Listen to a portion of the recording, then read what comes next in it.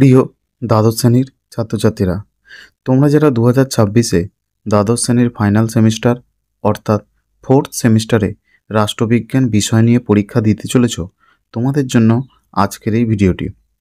আজকের ভিডিওর মাধ্যমে ক্লাস 12 ফোর্থ সেমিস্টার পলিটিক্যাল সায়েন্সের সম্পূর্ণ সিলেবাস, অধ্যায়ভিত্তিক নম্বর বিভাজন এবং প্রশ্ন কাঠামোটি আলোচনা করব।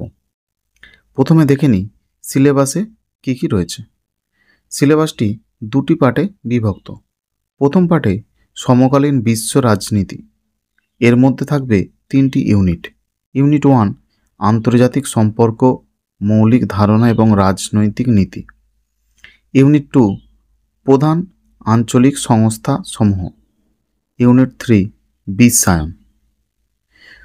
2 নম্বর পার্টে ভারত সরকার এবং সমসাময়িক রাজনীতি। ফোর্থ ইউনিটের প্রথম পার্ট ভারত সরকারের বিভাগ সমূহ, ভারতের শাসন বিভাগ। ফোর্থ ইউনিটের দ্বিতীয় পার্ট ভারতের আইনসভা এবং তৃতীয় পার্ট ভারতের বিচার বিভাগ।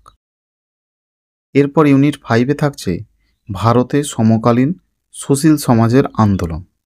ইউনিট 6 সংবিধান সংশোধন এবং স্থানীয় স্বায়ত্তশাসন ব্যবস্থা। শিক্ষার্থীরা, এবার দেখব অধ্যায় ভিত্তিক নম্বর বিভাজন। প্রথম অধ্যায় অর্থাৎ ইউনিট 1 আন্তর্জাতিক সম্পর্ক, মৌলিক ধারণা এবং রাজনৈতিক নীতি। এখান থেকে পরীক্ষায় তোমাদের মান 2-এর একটি প্রশ্ন এবং মান 6-এর একটি প্রশ্ন থাকবে। সুতরাং এই প্রথম ইউনিট থেকে পরীক্ষার জন্য বরাদ্দকৃত নম্বর মোট 8। ইউনিট 2 প্রধান আঞ্চলিক সংস্থা সমূহ।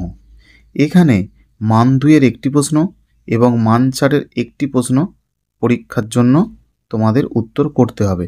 সুতরাং মোট 6 নম্বর পরীক্ষায় বরাদ্দ রয়েছে ইউনিট 2 থেকে। ইউনিট 3 বিশ্বায়ন। এই অধ্যায় থেকে তোমাদের মান 6-এর একটি প্রশ্ন করতে হবে।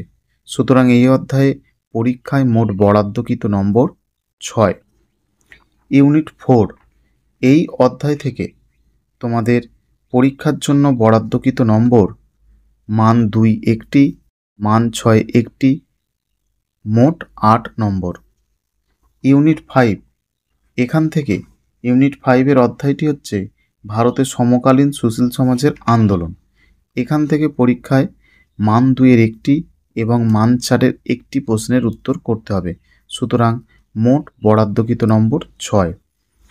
সবশেষে ইউনিট 6 সংবিধান সংশোধন এবং স্থানীয় স্বায়ত্তশাসন ব্যবস্থা। এই অধ্যায় থেকে মান 2-এর একটি, মান 4-এর একটি। সুতরাং মোট এই অধ্যায়ের বরাদ্দকৃত নম্বর 6। অর্থাৎ সর্বমোট 40 নম্বরের লিখিত পরীক্ষায় এই মডেলে তোমাদের পরীক্ষা হবে। শিক্ষার্থীরা, ভিডিওটি ভালো লেগে থাকলে অবশ্যই একটি লাইক করো এবং চ্যানেলটি সাবস্ক্রাইব করে পাশে থাকো।